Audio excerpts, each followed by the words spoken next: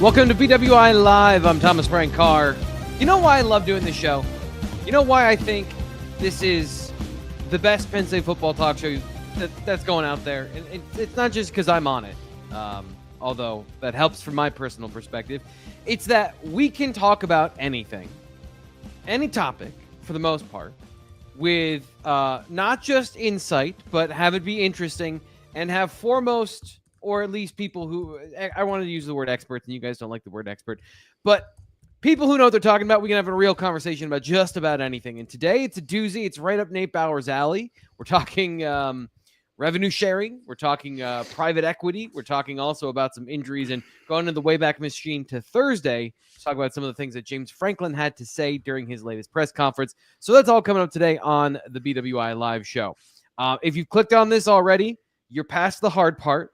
We are going to be talking about some non-football things, but stick around because I think these things are really important, and we know this is going to shape the future of the sport you love so much. So, Nate, welcome to the show. Did you get your daily walk-in this weekend? I did. What a setup! It wasn't this weekend; it was yesterday. Okay, and it was. I'm sorry to report that this will be the last time that I join you, T. Frank. I can no longer cover the Penn State football program after what was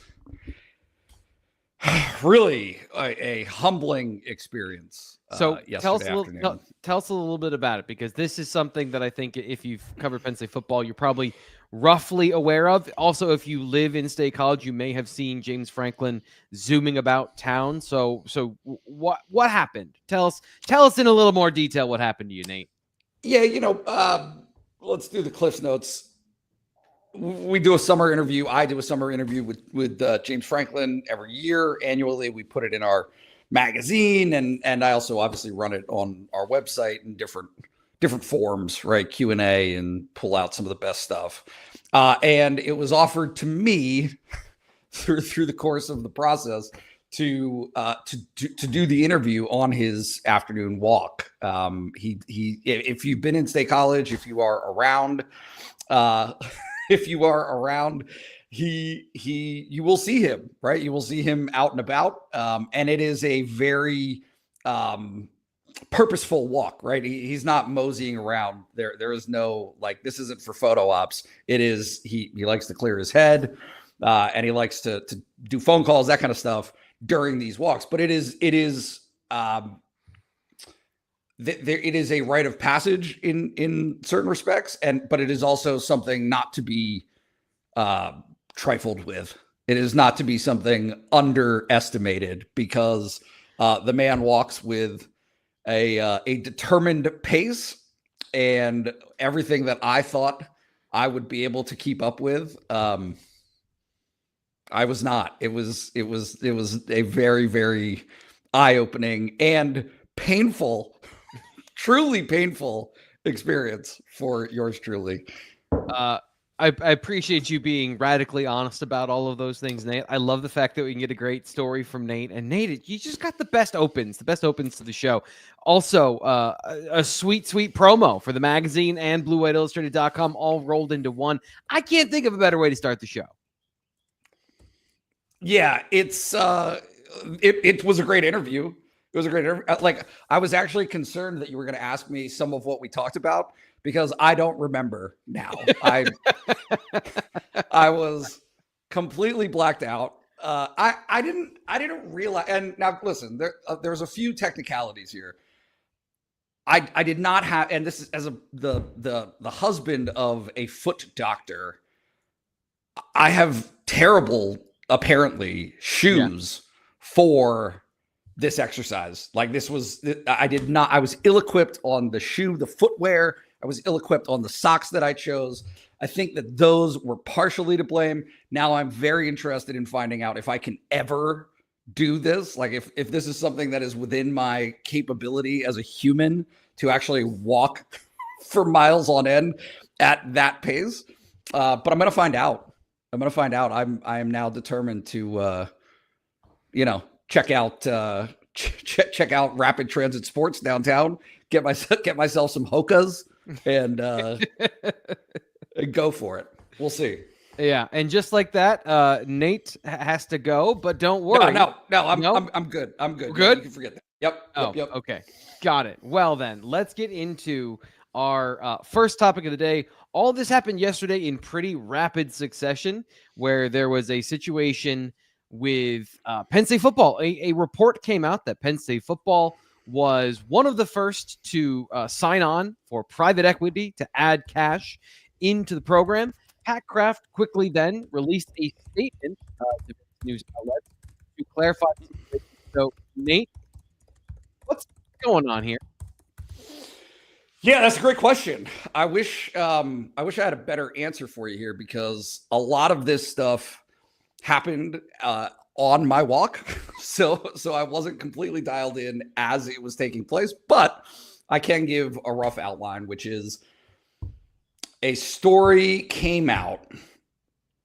I believe Ross Dellinger was the first to report it. Maybe apologies for whoever was actually first on the story, but basically laying out that Elevate, which is one of Penn State's partners in ticketing and, this premium experience that they're selling, that Elevate had partnered with two unnamed schools to involve private equity. So as that happened, shortly thereafter, it was revealed and reported again, I think it was Ross Dellinger, Yahoo Sports, that Penn State was one of two schools to via Elevate get involved in private equity. Within maybe 30 minutes of the story posting, there was a denial by Pat Kraft, right? The Penn State came out and kind of forcefully said that Elevate is their partner, but that they are not, right? Penn State is not partnering with private equity. So, where does that leave things? I'm not sure at this exact moment, but it raises some interesting questions, because you've got Elevate on the record. They didn't name Penn State, but they said they expected that they already had a couple of deals done, and that they expected more to be done, 5 or 6 more, I believe it was, by the start of the football season. This topic of private equity in college football, major college athletics, is not new. It has been discussed and talked, right? There's been a kind of a national conversation about it. Florida State was one of the first to really kind of kick it into gear. I think it was last year around this time, maybe a little bit before the season. Yeah. So I'm not sure. What's interesting to me? Can I ask you? Yeah, go ahead. Just on a big deal, sort of a deal, no deal at all. I know that you said that there's still some threads left to pull, but your intuition on what level of a story is this? Is this a big deal? Like, you think there's a lot of smoke here, or is there maybe not as much of a deal as it seemed initially? Because a lot of these things, Pat Kraft, until there's a deal signed, it may have plausible deniability that he can legally say all those things. I guess, how do you read literally what was said by both parties, and where do you gauge this story's importance for Penn State? Well, I think a few things. The first thing that comes to my mind is Elevate is a Penn State partner, as a high-level Penn State athletic partner. Yeah. I'm not sure how that relationship can't be strained in some capacity, right? Even if okay, it's not true, or Penn State doesn't want to be associated with it, or Penn State has some level of confidentiality that it expects about that arrangement, right? No matter where you look at it, and you could say, okay, well, maybe Pat Kraft is playing with semantics, and his statement says that, right, they're not directly involved with PE, and then you try to parse those words and say, well, maybe they are by extension.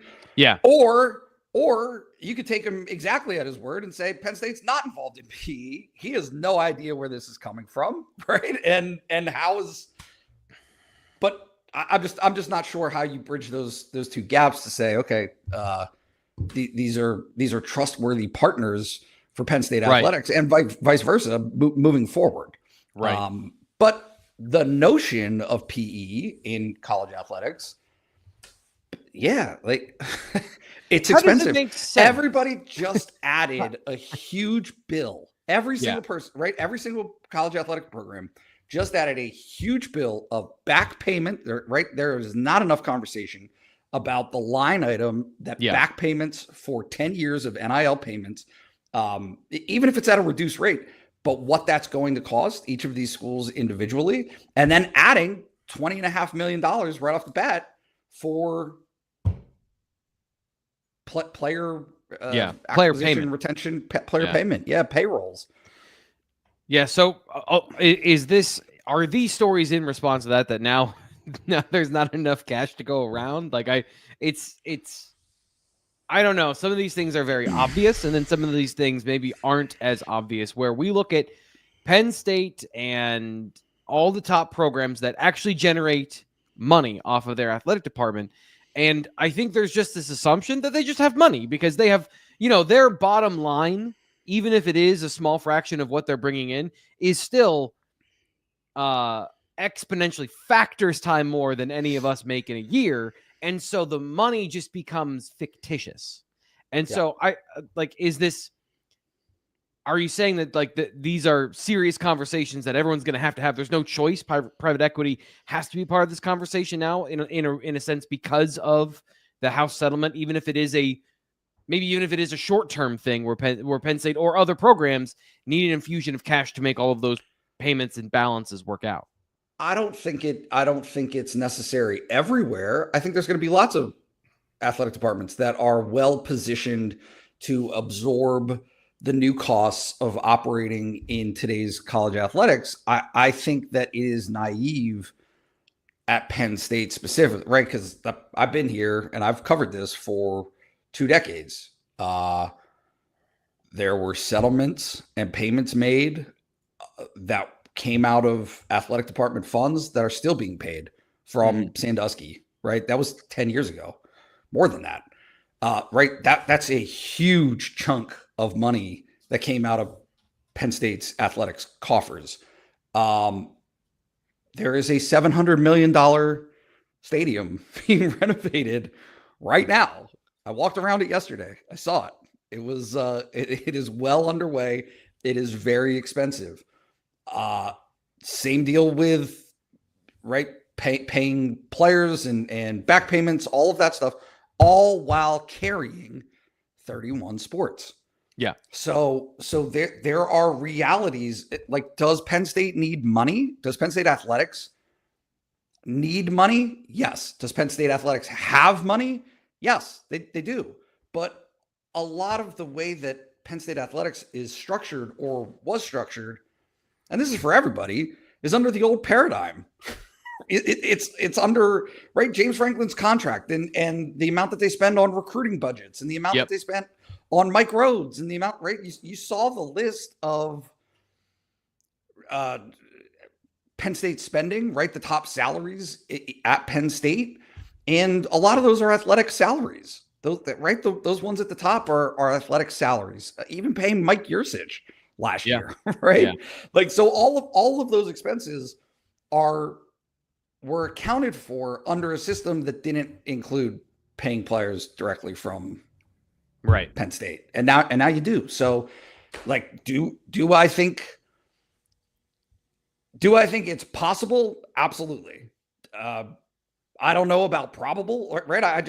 I'm a little too in the dark to know what the veracity of this stuff is, but the notion of needing an injection of funding, and for any variety of reasons, including the stadium, including player payments, whatever, all of those available income streams have to be considered for Penn State. I have to be considered. Ryan here in the chat, and Ryan is very forward thinking, and Ryan is usually on the opposite end of where a lot of, I think, Penn State fans in the chat, and I don't mean that in literally this chat, but I mean that are in the comment section across the internet that do not like the modern new pay players, et cetera, et cetera, et cetera.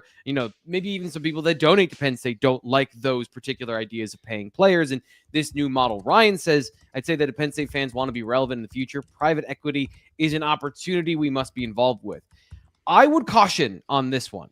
I don't know that I've heard of a lot of stories where private equity makes things better. Like, yes, you get money, but also people get a say. And those people who are non-football people making football decisions at the top does not lead to on-field success necessarily. It's not a 1-to-1 ratio. And debt is something that happens. Like, it's a thing that happens in America. But at the same time, private equity, there's a reason that these institutions are not diving headfirst into the pile of cash being presented to them by private equity. Because I believe private equity would have already bought into every single one of these programs, because in a sense, it's a $1 billion business that is an untapped market where there is just more money to be had if you're private equity. And so I think that there is, a little bit of a push and pull on this particular topic where there's a reason it's not necessarily just a total yes. Nate, I know you've got another thought there. Yeah, go ahead. Sorry. We need a palate cleanser. Sure. Because this is a heavy topic. We're going to be getting into the House settlement here next, but the main thing I want to talk about right now is beer, the ultimate palate cleanser. And Antifragile, Downtown State College. We've talked about them a lot. And Nate, I just got this hot off the presses from our buddy Sean Fitz. Something that I've been excited to talk about because in one of my first conversations with John, who owns Antifragile, he was talking about something that they've wanted to do for a while. They're in the process of securing a new brewing facility. So that means they're going to try and get a second tap room on the horizon, and they're going to have a whole bunch of new things for you at Antifragile. But to set all of that up, Nate, tell people about what Antifragile does in the first place and how great they are at brewing beer in the footprint that they have, which is, a small shop in Downtown State College. Can I just take this sideways? You can pivot. Like right off the I got a text on Sunday afternoon from a friend who, I don't hear from a ton, but we keep in touch. He's a big Penn State football fan.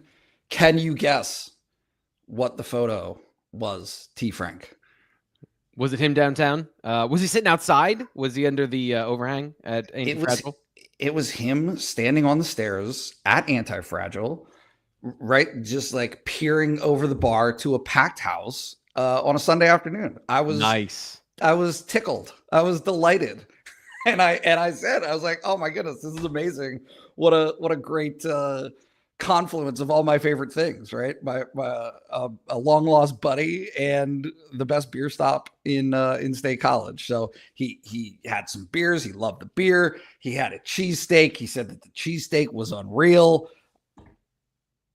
I love that we're not even giving our personal testimonials. Yeah. We're not even giving our personal testimonials. It's now just people that are texting us about how good the cheesesteaks and beer are at Antifragile. Listen, if you know anything about me, I like food.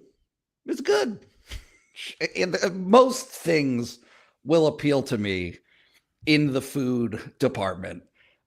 So when you hear from somebody else that those are the best cheesesteaks that they've had in Pennsylvania, which includes Philadelphia, it's got to count for something. Yeah. Hey, this is also, they've got a summer schedule of fun things coming up. So this weekend, Saturday and Sunday, a couple things going on with Antifragile. So not only can you go downtown to in-state college, Calder Way to get their stuff. They got the linked permanent jewelry is coming in. So if you wanted to get one of, I don't know necessarily what that is. I'm probably the wrong person, but I think that's where you get those things in your eyebrow, or like you get the stud into your wrist. I think I've seen that would kill you if you put it down here. Yeah, up here on the wrist, you can get like stud jewelry. I think that's what it is. I apologize, but I do know where Talleyrand Park is. That is Sunday, June 15th, 2 to 8 p.m. They're going to have craft beverages at Talleyrand Park, part of the Central PA Tasting Trail. So go check out those things Saturday at Antifragile, Sunday, 2 to 8 at Talleyrand Park. So appreciate them for being a part of the BWI Live Show. And as always, if you go there, tell me that we sent you. It always helps us when you let them know, hey, we heard about it on your podcast. Nate, the future is here. NIL, we've talked about the private equity issue, the private equity conversation. whether it was or wasn't added to Penn State's books. But the reason we're having that conversation is because the House settlement has been, I guess, signed off on initially by Judge Claudia Wilkins. So revenue sharing is now a part of college football. So we don't have all the time in the world. As much as I'd like to talk about this, we could have a full 60-minute show about all of these things. One of the conversation points in the chat, and one of the main things about competition at this level, you already brought it up, 31 college sports. Penn State has 31 college sports. They're going to spend $20.5 million or so on paying players. Other schools don't have 31 Division I programs. How does Penn State navigate this new future, given what we have here with that setup? Well, let's start with the obvious, which is Penn State does not invest in all 31 sports. It can't. That's not right. You're not. Would you like them all to be competitive? Of course. Pat Kraft has said it. You're there to win. All of that is fine, but I don't think that there's I don't think Ohio State is going to be any different. I think they're going to pick and choose the programs that have the market that demand it. And, you know, come what may, right? Like I think what's super interesting to me is basketball and football are obviously the two revenue generators, not just in men's basketball and football, nationwide. You have these major conferences that are good at both. SEC and Big Ten have good basketball and football programs within the same athletic department. Yep. How you choose to divide those things is going to be interesting. I still look. I hear all of this stuff, and I saw the House settlement, and I saw the approval, and the first thing that went through my mind is, okay, this is primed to be torn apart. So that's it's not going to last. One of the parts of the initial report I was reading was that the conferences are trying to get everyone to sign a charter, I guess, or a legal document that will prevent them from suing the NCAA and the athletic conferences to keep all of this together.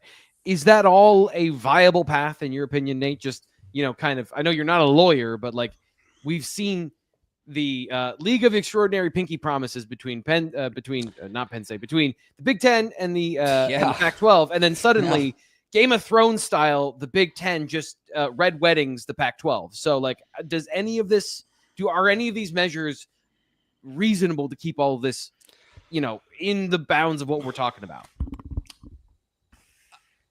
I think this answers your question. Yesterday in my interview with Franklin, it is my perception, and I don't know that he totally co-signed this, but if you think about college football on the whole, it is a constant shifting landscape of how to dance on the line of the rules. Whatever the rules are, how do you get as close to that line or over as you possibly can without getting in trouble? There are state legislatures setting up laws that specifically prohibit their state institutions from even adhering to the House settlement, right? The structure within the House settlement. It is one of the frequent quotes that I've seen on this topic throughout all of this is this notion of agreeing to be governed. Yeah. Are they going to agree? Are the participants in these sports going to agree to be governed?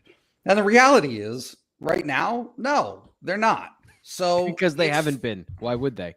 They haven't been. Why would they? And the competition is so high. It's so fierce. Yeah. You cannot continue to operate under this framework if people are immediately going to dismiss it. Yeah. And the biggest thing that I see is the NCAA. This is all an NCAA thing. And we've spent the last 5 years talking about how toothless the NCAA is. So Deloitte and the College Sports Clearinghouse, all of these things that are now going to add layers of bureaucracy to a system that is already completely disregarded. That was a good way to put it. It's interesting, So, by the way, over at BlueWhiteIllustrated.com, one of my favorite things recently is the gardening thread. We started a gardening thread during the off season because I planted a new garden and I wanted to share with everybody. I know people like that stuff. What Nate is describing is you're never going to get a plant to prune itself because in nature, competition and doing anything you can to absorb as much square footage as possible is the prerogative. No matter whether it's good or not for whatever you're trying to accomplish, like that may lead to the tree being too big and falling over. It doesn't care. It's going to grow as big as it wants, and it's going to try and grow outside the bounds of what would be reasonable. That is what we're talking about. You've got to prune these things. You've got to make sure that they're growing in the structure that makes sense. So part of that, as you mentioned, the agreement to be governed, at least what I was reading is that there is a college football commissioner, or at least a college sports commissioner. Do you believe in the veracity of a college sports commissioner, or is that part of this infrastructure, the bureaucracy that you said isn't going to make sense? Because this is something we're not going to get to in our Between the Lines with James Franklin's press conference. That was the first 10 minutes of his conversation with us, was he wants a college football commissioner who's going to determine for everyone the set of rules that everyone plays by. Are you buying that that's a reality without, as Ryan said in the chat, congressional intervention like the NFL and the NCAA or the all major league sports have? Am I buying it as a possibility? As a realistic possibility? Because yes, conjecturally, I don't even know what word I was trying to say. You talk. Yeah, I'm just not sure that it solves the issue of what's already out there, right? So the notion of the commissioner of college football is only applicable if the conference commissioners that are already in place agree to it, which in my mind mitigates their importance. Yeah.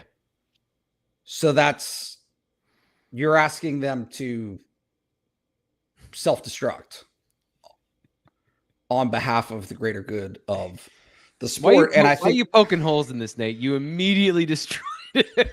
With one obvious point. Yeah. No, I mean, I just look, you know who the guy is that should be doing this eventually. And he's sitting in the chair at the Lash Building right now. He cares about the sport.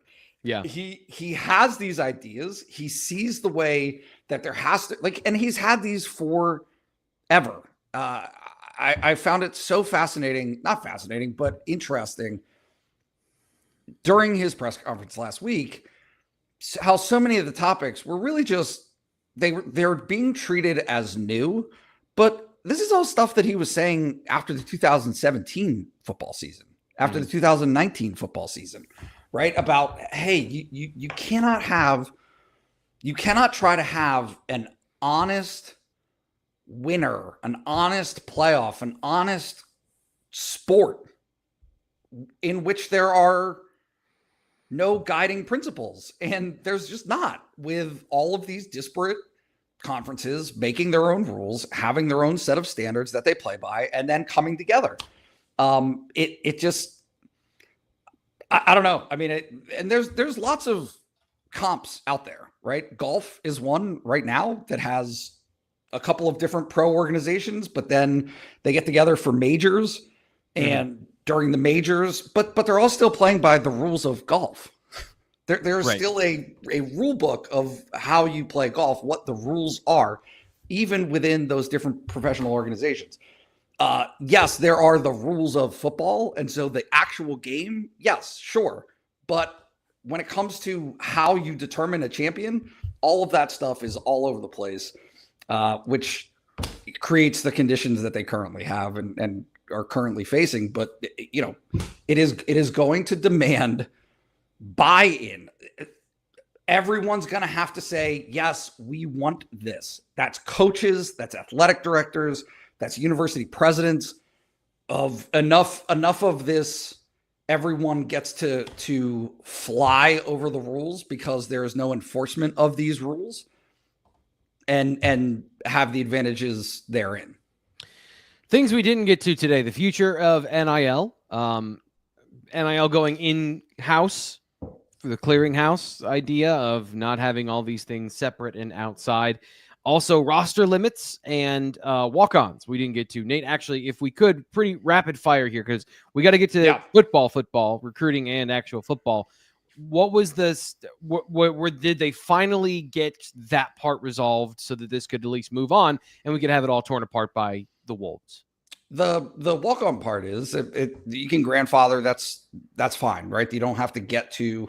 But even then, the conversation is how are programs attempting to bend those rules? How can you use those rules to your advantage? And so that's all of the things that came out of this house settlement are still in that vein of, okay, these are the new rules. How do you get to the line? How do you dance on the line? How do you push it? And that's where they're at. But good news for Penn State, which has a walk-on program that it cares about, and Penn State fans who care about walk-ons, that's still intact, right? You don't have to say you're gone. Sorry, this is an immediate cut. All right, everyone take a deep breath. Exhale. Very good. Okay, we're now going to talk about football.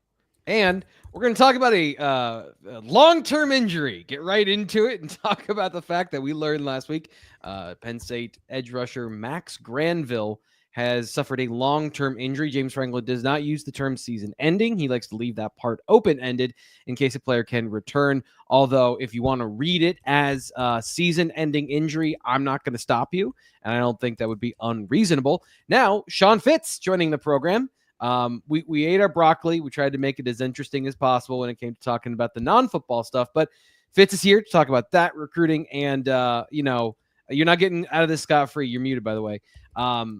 Tell us the impact of losing Max Granville on the Penn State roster. And hello.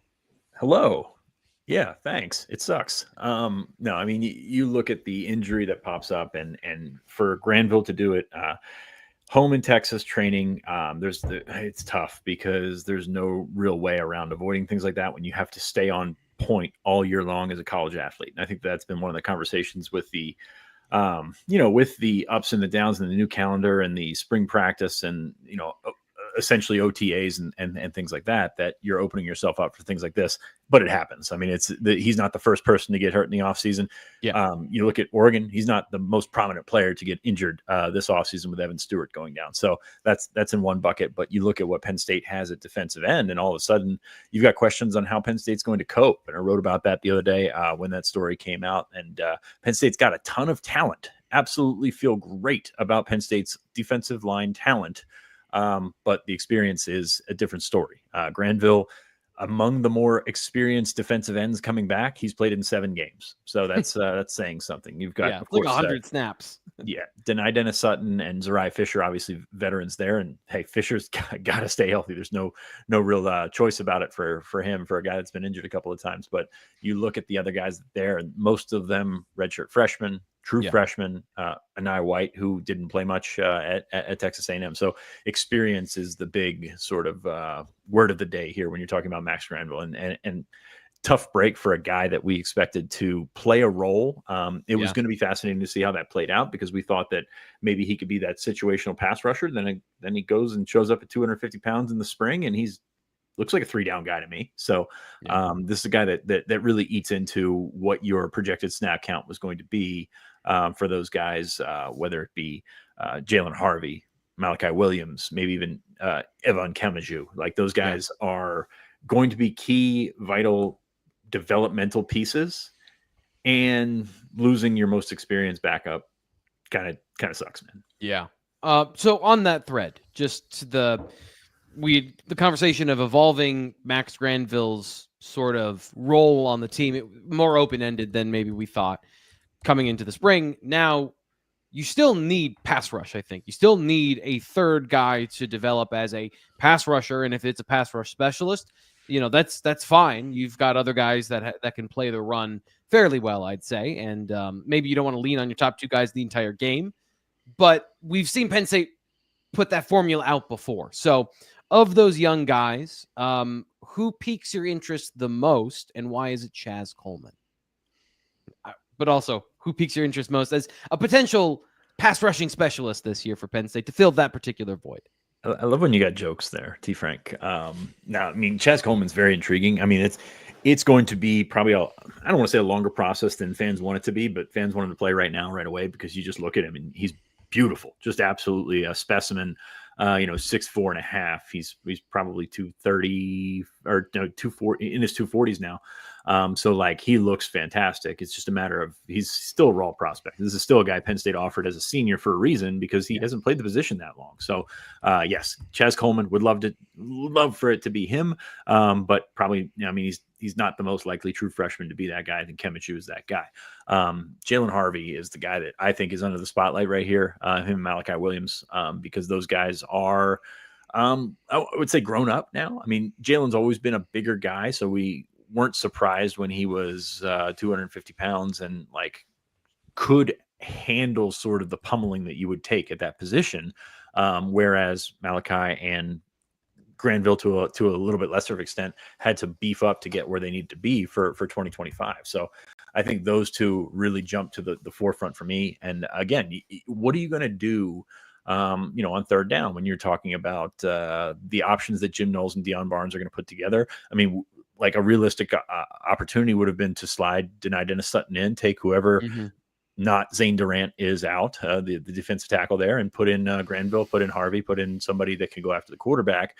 Well, now things change a little bit, because you're going to probably keep Deny out on that end, keep Deny out on that edge, and try and figure out how to work around it. Is it more linebacker pressure? Is it more odd fronts, which they did last year quite a bit, especially, but they also had Abdul Carter. They don't have Abdul Carter this year. So I think that plays into it. So to me, first and second down, I think this changes a lot of things. Again, Nate said it in the chat.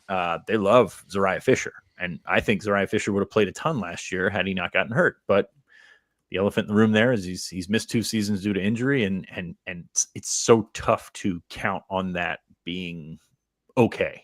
Right? It's this is a room that's got talent. It's got a ton of potential, but the experience and some bad luck has really bit it in the heels. So I think they'll be okay. It's just probably a bigger issue. Losing your second team defensive end is probably a bigger issue than most would give credit for, considering how long the season is and how those rotations work out. Yeah, and how much they like to rotate guys, as you just said there. Nate, we're going to give you the final word here, your first and final word, seeing as you we pass the ball to you for the first half of the show. But I do want to get your thoughts on this before we get into Fitz's recruiting update. So what are your impressions of Penn State's situation losing Max Granville?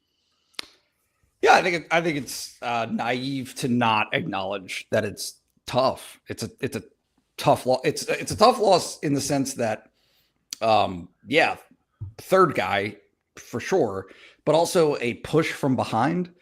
Yeah, right. If you look at the way, and James Franklin has talked about this for years, how they like their positions to be structured in terms of those 2-spot type positions, defensive tackle, defensive end, of having your 2 starters that you think can be all Big Ten performers, 2 guys behind them that could play anywhere in the Big Ten, right? That might be able to start at other places in the Big Ten, and then a 5th guy, 6th guy who are up and coming, basically.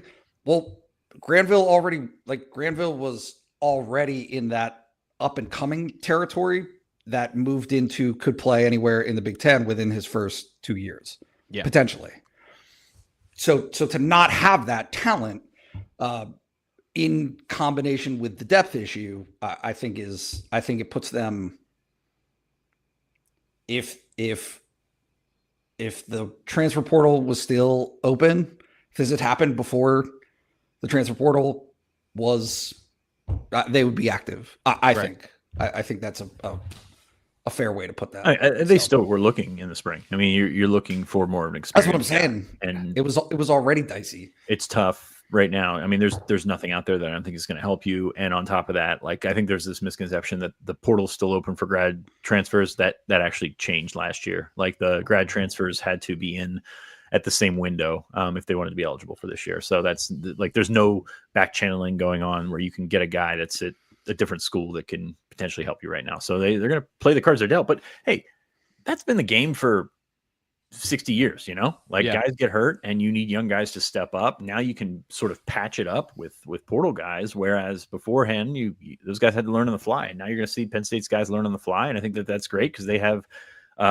some amazing potential in those redshirt freshman, incoming classes. So I'm really intrigued to see how this plays out. It's just, there's probably going to be a few bumps along the way, and then you see what Jim Knowles is going to do with its pressure, whether it's Tony Rojas, Keon Wiley, who is a really talented rusher, like pass rusher.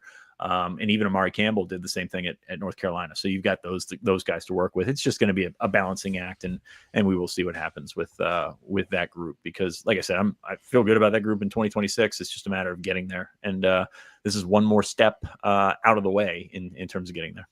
This isn't the last time we're talking about injuries or defensive ends. It's coming up on Between the Lines. But right now, we're going to be getting to Fitz's recruiting update to discuss the other massive thing that happened this weekend, which is just so many prospects on campus, whether they're official visits, whether it's a 7-on-7 camp, whether it's a prospect camp. Talking about that next. Nate will be back in just a moment to wrap up the show.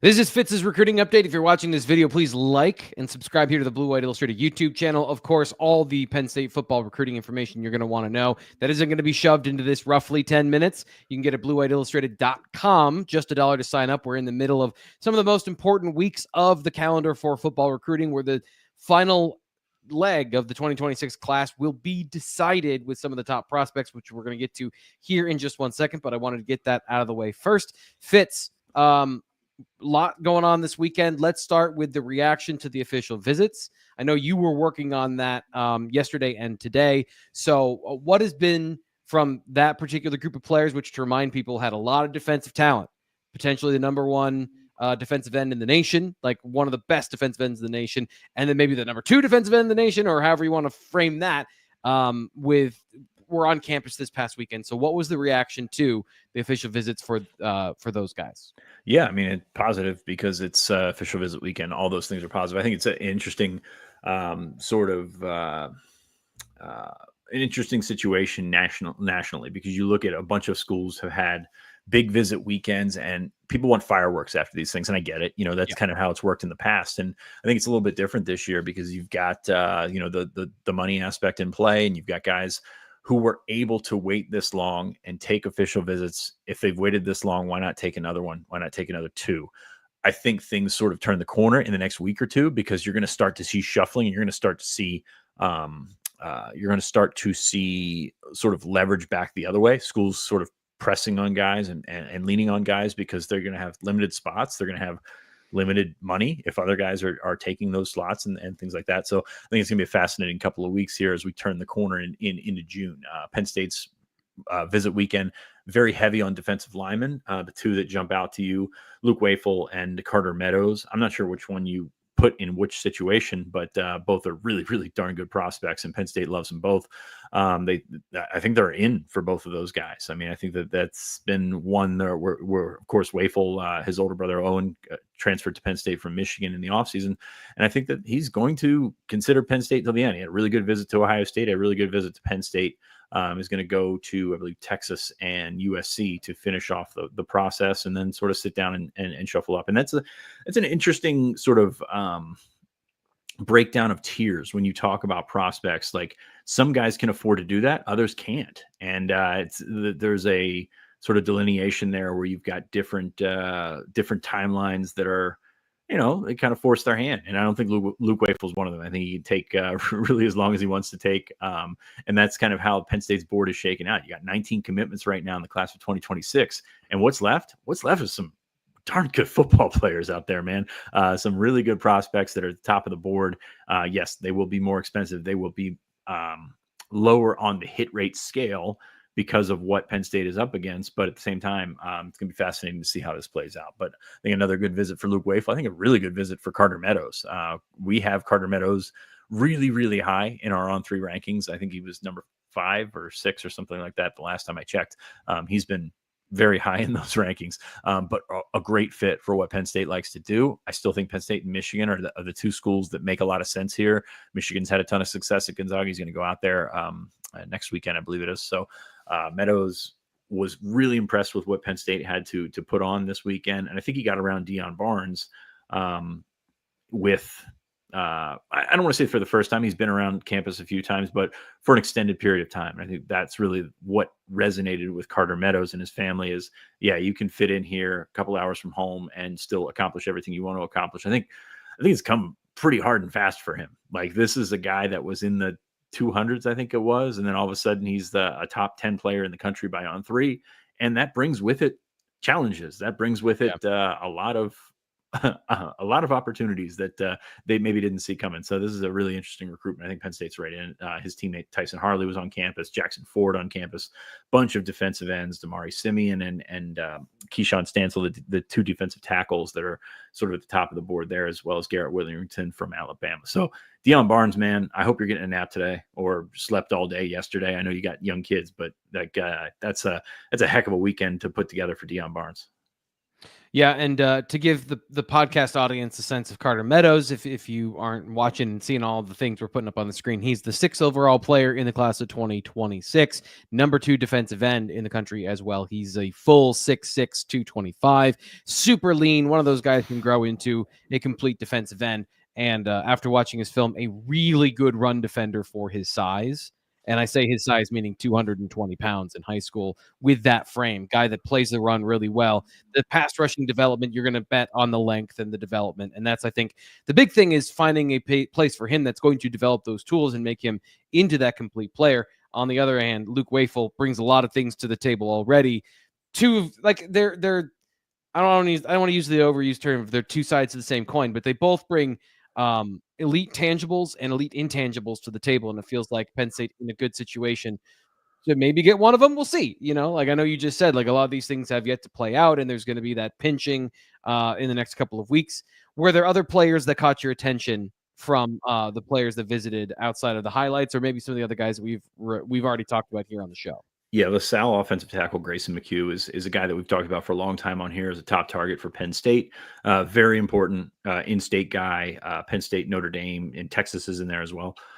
Those are, that's a huge one right there, right? You look at what Penn State's got on the offensive line, and T. Frank, you said it on the show last week. They don't have the tackles that they've brought in the last couple of cycles. Not that they have bad players or anything like that, but right. Like the guys that are 6'7", pushing 6'8", long, athletic, lean guys. Grayson McHugh is one of those guys, and then they offered another this weekend in Charlie Thom from Connecticut. This is a reclassed prep stool guy. He came to mini camp the other day and sort of blew it out of the water in terms of the athletic testing numbers. So you think Garrett Sexton, you think Egan Boyer even more. In terms of those guys that have that big, long frame that you can sort of mold into an offensive tackle. So you said it, and they got a couple of those guys on campus this weekend. And it's going to be interesting to see how those play out. So you mentioned that 7-on-7 camp. Just a quick recap of that. We saw Kevin Brown there, which if you want to go check out his performance, we have that at bluewhiteillustrated.com, also on social media. He is 6'5", 270 of lean muscle. He looks like a running back.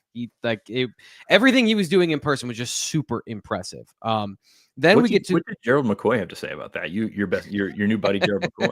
Yeah, my new best friend. So there was this interesting internet discussion of a tweet I put out of Kevin Brown doing pass sets, and somebody, I think there was somebody who doesn't actually know anything about football but has a large following, retweeted and said that he's small and that he's got to convert to tight end.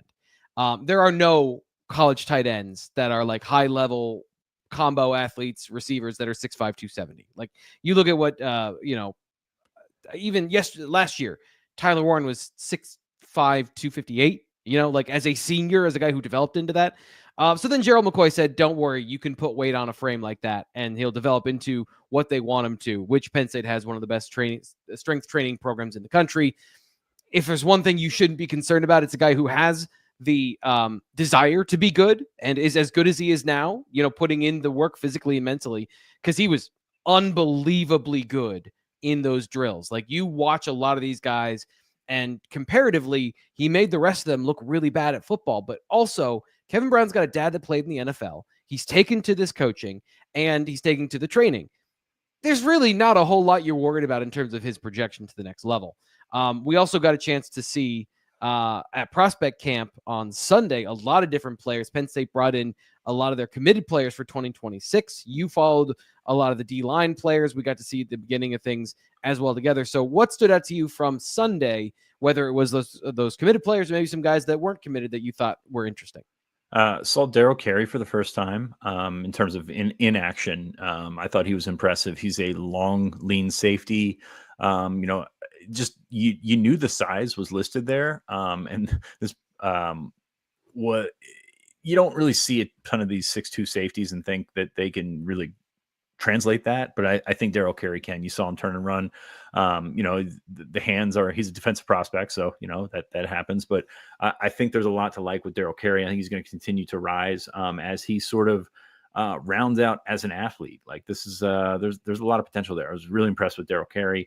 And then I was down with the offensive and defensive linemen. And a couple weeks ago at Under Armour, I saw Roseby Lubintis for the first time, and it was not pretty. Like, it was a situation where he was really, really struggling. And I think he has worked with Phil Troutwine now 2 or 3 times in the time since, and there's improvement there. And you don't always see that. And I think that's a positive thing with the offense, or with that big offensive lineman. I think he's still got to drop weight. I mean, he's like 350 right now. So that's a lot of poundage there for a guy that I think is probably going to be a guard. Penn State sees him as a tackle. I think he's probably a guard.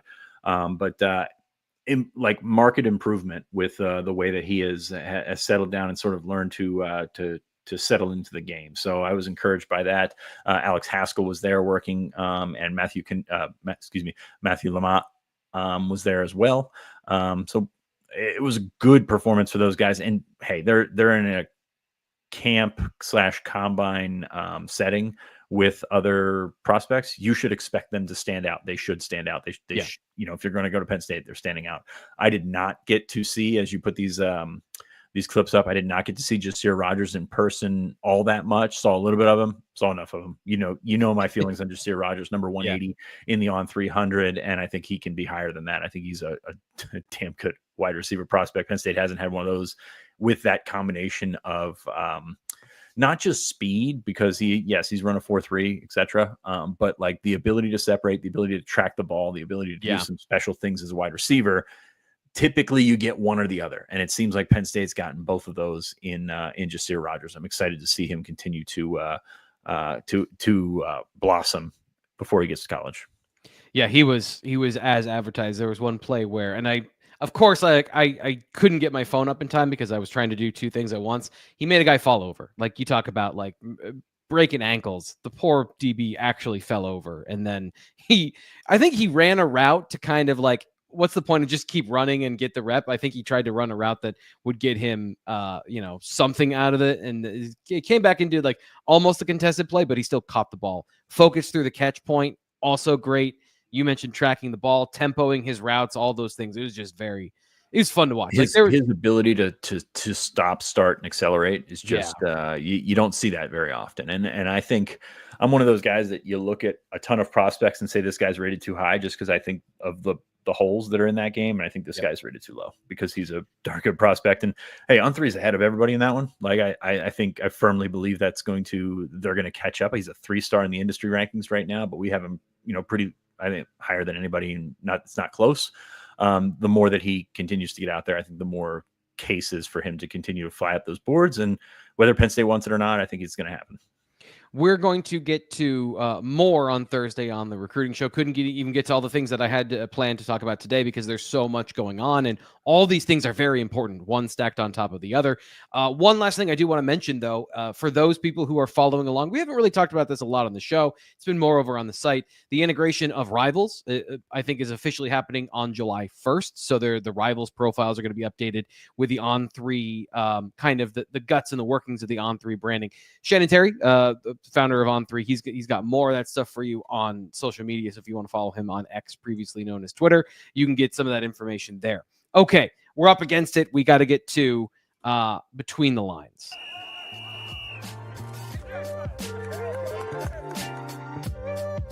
They have both gotten reps with runs. Got about 5 minutes here left on the show. Always want to get to these thoughts and conversations. I think some of the most illustrative things we do here on the show is when these guys parse between the words of what James Franklin is really saying in his diplomatic conversations with the media. Last Thursday, we had a literal sit down with James Franklin. You ever watch that? You ever watch Iron Man 2 or Iron Man when he comes back and they just everyone sit down on the ground and they do the press conference sitting? It was like literally shot for shot what happened on Thursday at the Lash Building, where we were all standing, and then he's like, why don't we just have a sit-down conversation? So we're going to get to as many of the topics as we can here on the show. The one I think that's most interesting is his conversation about Trevor Pena. He also talked about the transfer players in general, but here's his characterization of how Trevor Pena fit at Penn State. So I think the first thing is, right away you notice the production, right? As soon as you hear he's going into the portal, you see the production, and production matters. I think also the fact he's a 6-year guy, and I look at college football a little bit like college basketball, maybe a few years back, where I think part of a winning formula or a championship formula is also being a mature team. And I'm also glad because a lot of the stuff that was put out publicly, none of it was true, about how his transfer took place and why it took place, and a lot of the financial descriptions of how that played out. None of those things were true as it relates to Penn State, at least based on our experience. Nate, could you quickly recap what the conversation about Trevor Pena was as he left Syracuse, and what did you make of James Franklin's characterization of Trevor Pena coming to Penn State from production to fit? He's an old guy, has played a bunch of football, has the catches to show for it, probably doesn't look, I thought there was one thing conspicuously absent from the conversation about Trevor Pena, which was how good he is, right? Like, I didn't think that James actually verbalized that, but all the other stuff is important too, right? And so I think that when you can combine production that is there, the numbers are there, you can't deny them, with the experience that he has, the fact that he's going to be a seamless fit with the program, is a former captain at Syracuse. And also he basically said, without saying it, that Fran Brown is not telling the whole truth. There's any of the truth. Character assassination. Yeah. Fitz, what did you think? What did you think? I mean, it's you guys, if you go back to the spring and when he went in the portal, I mean, my opinion on that. Like, he's a guy that was not going in demanding $2 million as was told. It was a pot shot to, make the program look better and make the kid look bad. It is what it is. Based on our conversations here, that's not close to the number that Penn State had to shell out for Pena. I mean, it wasn't cheap, but it wasn't anywhere near that. But you're looking at a situation here where I agree with Nate. It's kind of like the Nick Dawkins leadership conversation last year. You mentioned all the intangibles and everything like that, but the other flip side of that is he hasn't seen him work out, and he's seen him work out. He hasn't seen him in pads. He hasn't seen him be the guy that they need him to be, because that opportunity hasn't been there because of the way that the college football calendar is structured. So I think he's tempering expectations. I think he's wisely tempering expectations because you're not sure how that's going to play out, especially with 3 new guys in that room and then some young guys that you think can upset the cart there. You're not really going to go all in on any one guy, I think. I think that we saw Devontae Ross probably has the highest transfer rating or whatever that was worth coming into it. Like Penn State was not going to sit there and be like, this guy's going to completely change our passing game. Yeah, I think the same is true for Pena. You're gonna play wait and see. And I think that's the way to do it. And I know fans aren't always like on board with that, but I think that that's the way you let it play out and you see what you got there. So I agree with Nate. It's usually the smart money, but it's a situation where Penn State's got more options than they've had before, and the production is a big part of it. Nate, I just have to bring this up because I talked to Franklin about it yesterday, and I very much led the witness. There aren't guarantees that these guys are going to be better than the guys that they lost. Yeah.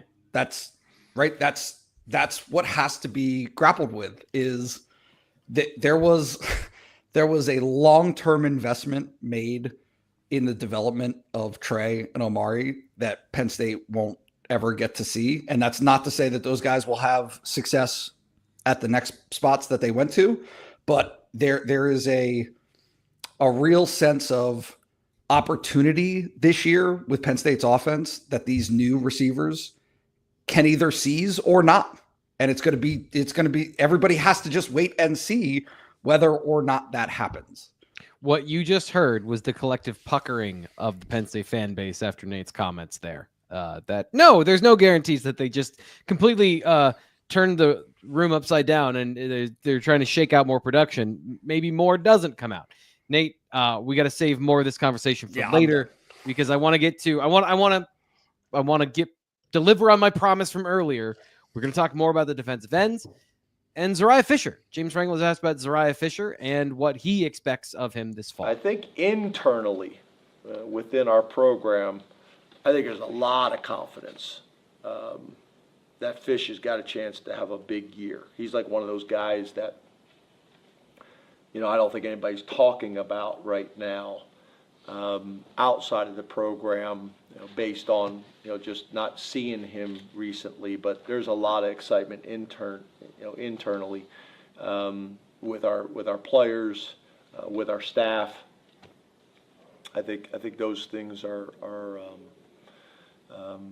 really apparent.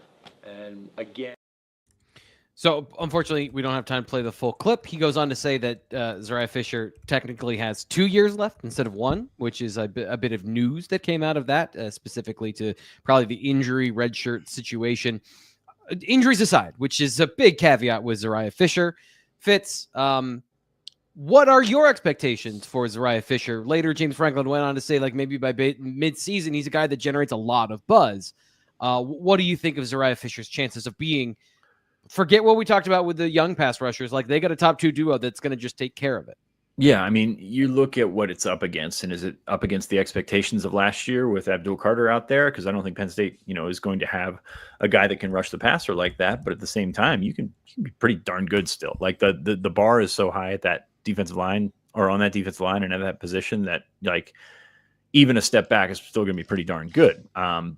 You mentioned that the biggest caveat is injuries. I thought it was encouraging that he went through the entire spring. They could have put him on a pitch count. They could have kept him limited because of his situation, but they needed him to be ready and get up to it pretty quickly. So I think he did that in the spring. You heard some good things there. You heard some good things on record, off record, whatever it may be. And he is one of these heart and soul guys of that defense. I mean, you don't go through what he has gone through multiple times and not sort of endear yourself to the rest of the program by the way that you work and the way that you get back. So I think that there's a real opportunity for him. I don't know, you know, given his injuries history, where it works out from a draft perspective. But I think he'd be a productive guy, and they're going to need him, and they're going to lean on him, and they're going to play him a lot. And I think that that's going to be fascinating to watch and how that comes together, because those 2 starters are, you know, frontline Big Ten starters. Yeah.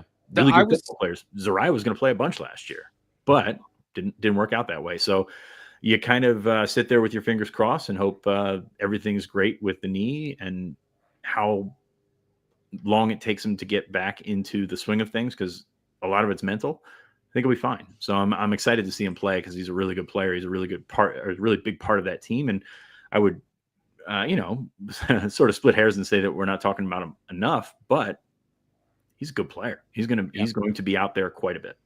I was surprised. The last time we saw Zuriah Fisher, obviously he was still coming back from injury. So there was a little bit of that baked into the conversation when he surprisingly came back at the end of the season. I want to say in 2023, I think it was.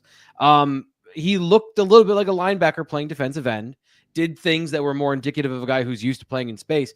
In the blue-white game, not going up against strong competition, but looked like a full-fledged defensive end. Used length really well. Just body type looked like a D end. Nate, final thoughts here on the show. If you want, I'll finish up with some of the things that we're going to get to, just as fact-finding mission. But what do you think of Zuriah Fisher's chances of being one of the guys that we're talking about in a way that is more than just, hey, what's Zuriah Fisher going to bring? Kind of mystery box situation we have now. Yeah, I think it's good. I think there's a good likelihood. I think that the point that Fitz made that's the most pertinent is he would have played a ton of football last year, right? In some ways, they were in this situation last year. They also had a defensive end deficiency last year, despite the fact they moved Abdul Carter to D end. I think he was the starter. Correct me if I'm wrong, but I think he was the starter going into the spring. Over Amin, Zuriah, was still making that transition to learn how to play defensive end. So like internally, like it was a first team guy going into the spring last year, maybe even above Vanover. Although I think you've always sort of lumped Vanover and Fisher together. Gotcha. So the last thing that we're not going to get to today, James Franklin also mentioned that he expects Andrew Rapplier, Anthony Donko, and Tony Rojas to be back full go before the start of camp sometime this summer. So positive news there. He did not mention, because he was not asked about Alonzo Ford. We don't have time to get into all of those things here today on the show, as we have to get going. We always have something we got to get to after this, but we appreciate you being here. And as always, if you're watching all the way here to the end, subscribe here to the Blue White Illustrated YouTube channel if you haven't. And if you haven't, the easiest thing to do is just hit the like button. It's just it's a 0-calorie move that can help us out. Just like the people who are talking about the Antifragile in the chat. We appreciate you guys going, saying hi, getting the mailers, all that stuff. It seriously helps us out in a big way. So thank you so much for being here on the show today. We'll be back tomorrow talking more about Penn State football. It's the Me and Greg show, so it's going to be more football related. Nate's here to do the heavy lifting on the things that none of us really know anything about. So we're going to get back to talking about football tomorrow on the BWI Live Show. We'll talk to you then.